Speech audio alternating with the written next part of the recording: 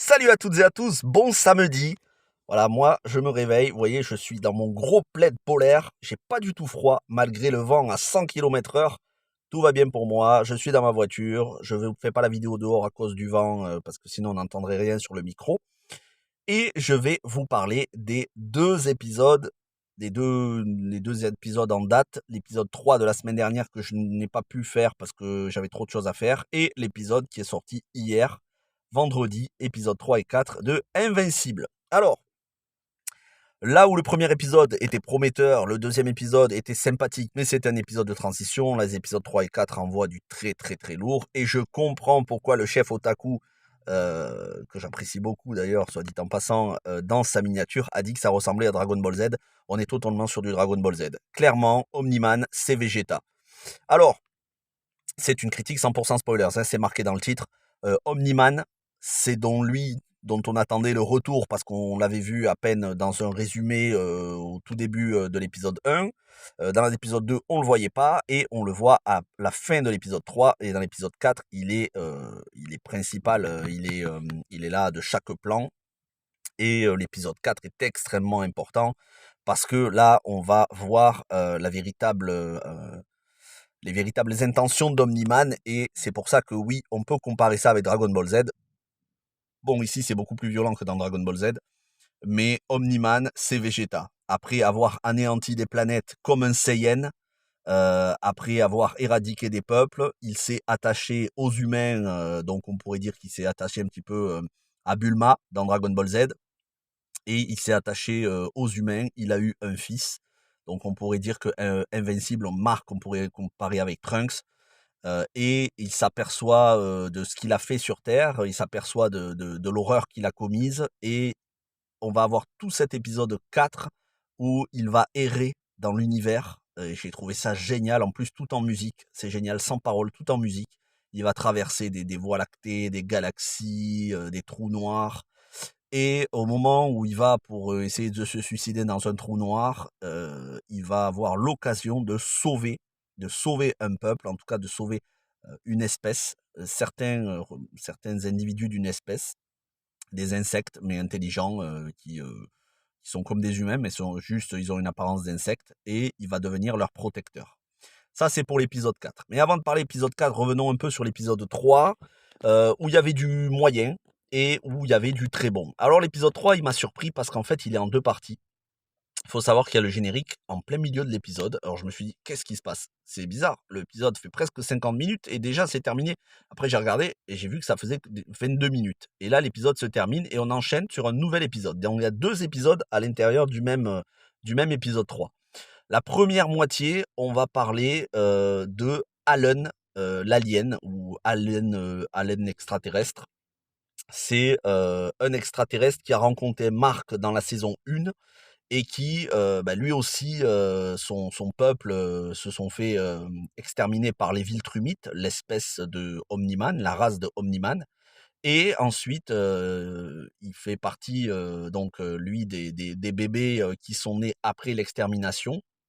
Il a été conçu comme un protecteur de son peuple, des rares rescapés de son peuple, et il fait partie d'une alliance de différentes espèces dans l'univers.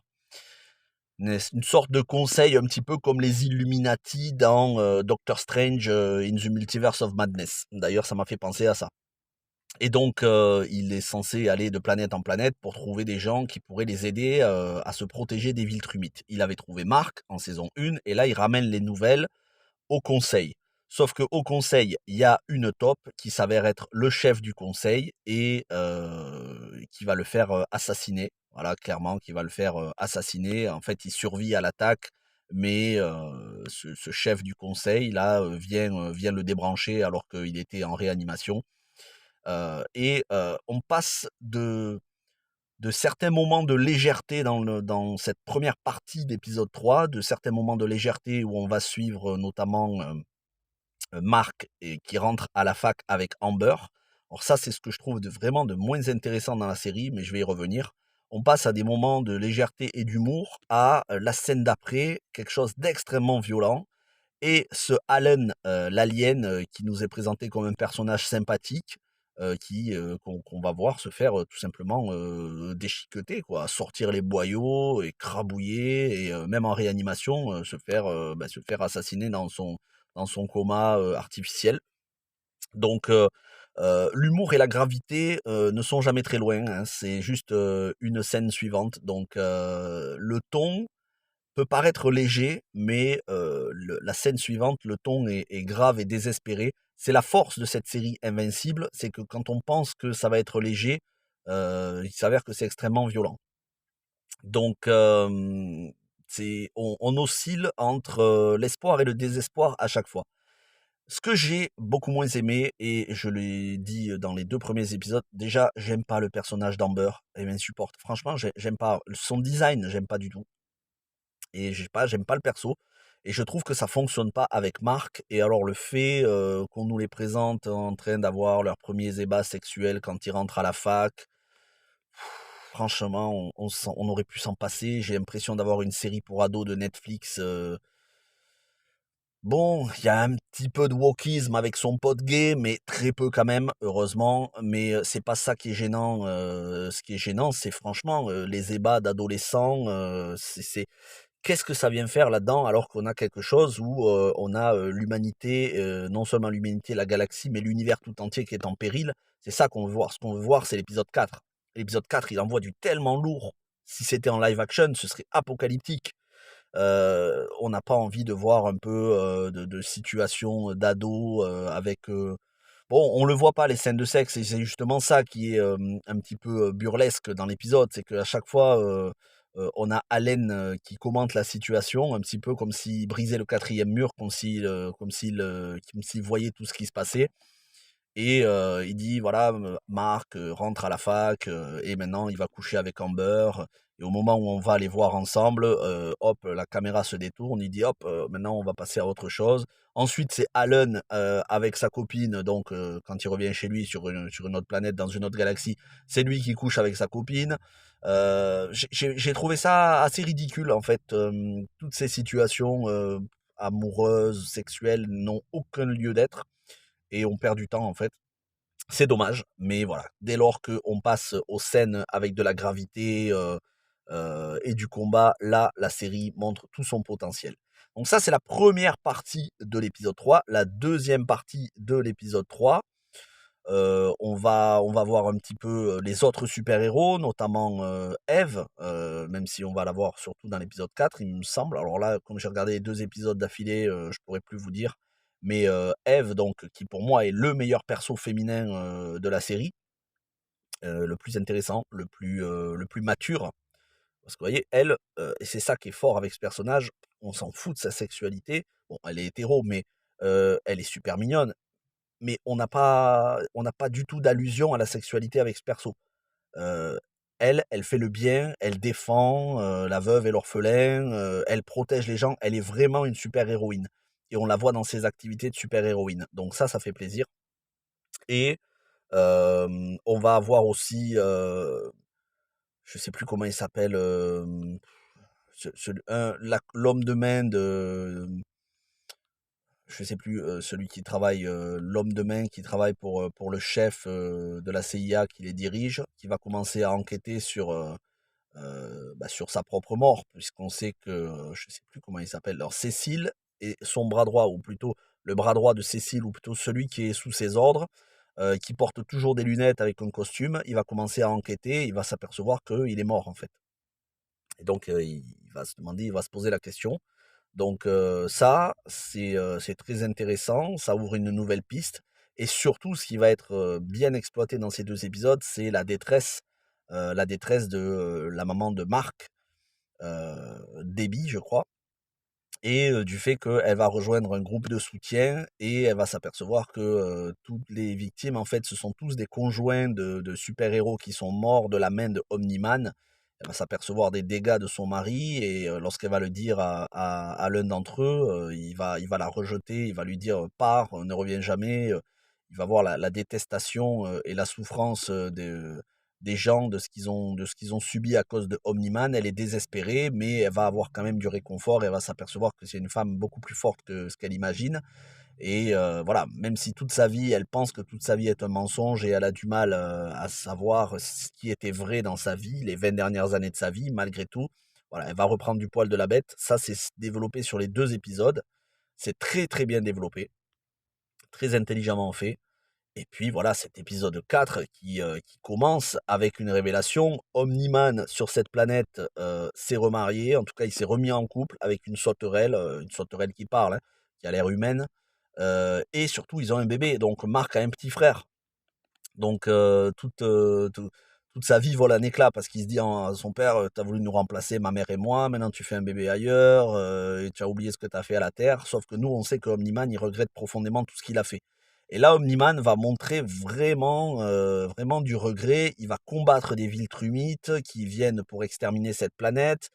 Il a fait en sorte qu'une sauterelle aille, sur terre pour lui demander de l'aide, pour faire venir Invincible jusqu'à lui, pour retrouver son fils. Mais en réalité, voilà, c'est parce que réellement Omni-Man veut sauver cette planète et tous ses habitants. Alors que pour des Viltrumites, c'est censé être une race inférieure de sauterelles.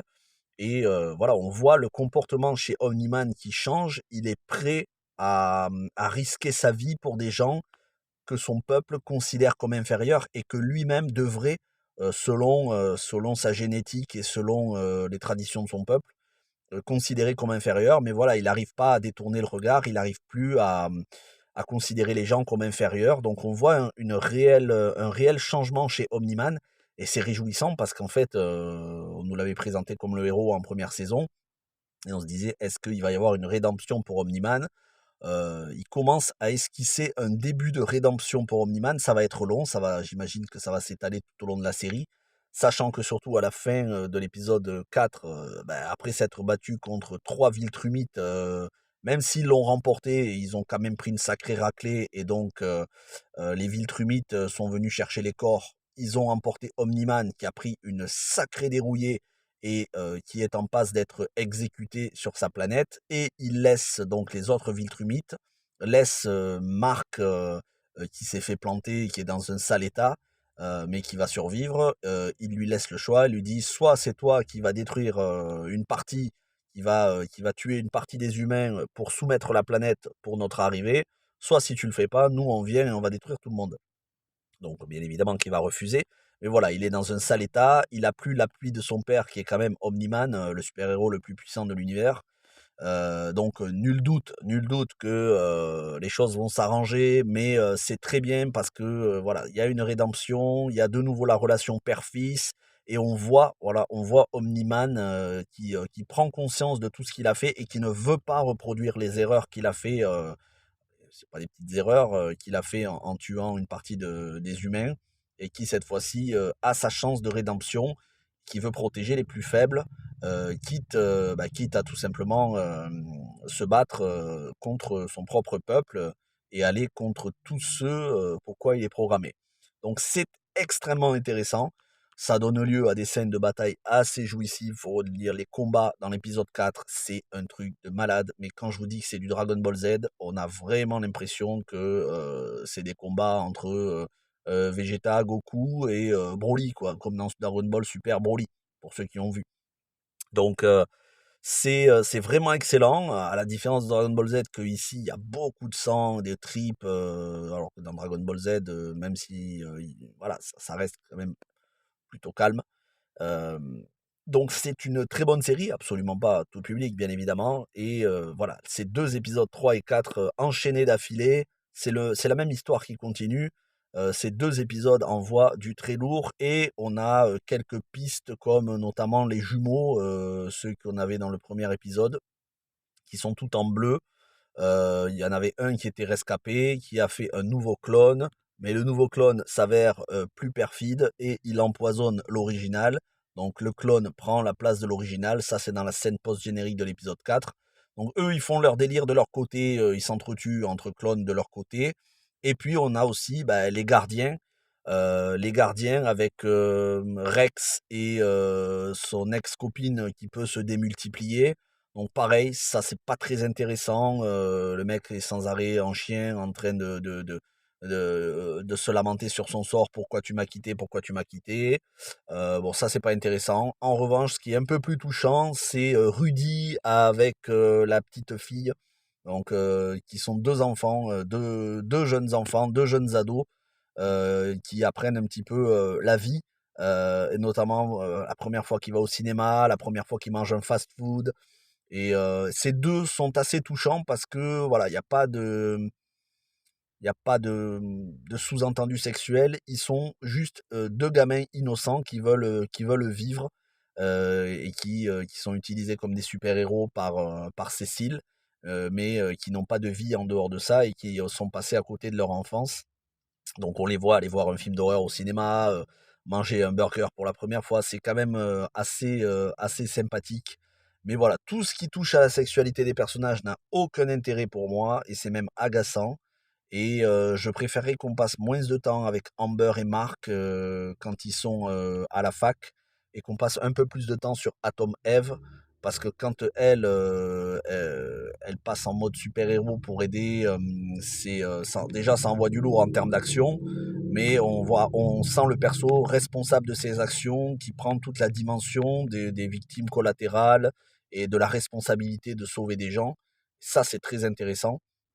Pour moi, il y a un petit peu les mêmes faiblesses que dans Smallville, c'est-à-dire lorsque Smallville parlait de la sexualité de Clark Kent et de Lana, je trouvais ça totalement inutile.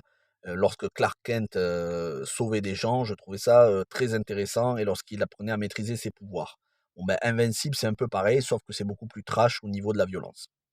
Voilà ce que je pouvais vous dire sur ces épisodes 3 et 4. Je ne sais pas s'il y aura d'épisodes la semaine prochaine. Je crois qu'apparemment, il n'y en aura pas avant 2024, la deuxième partie. Mais n'hésitez pas à me dire ce que vous en avez pensé.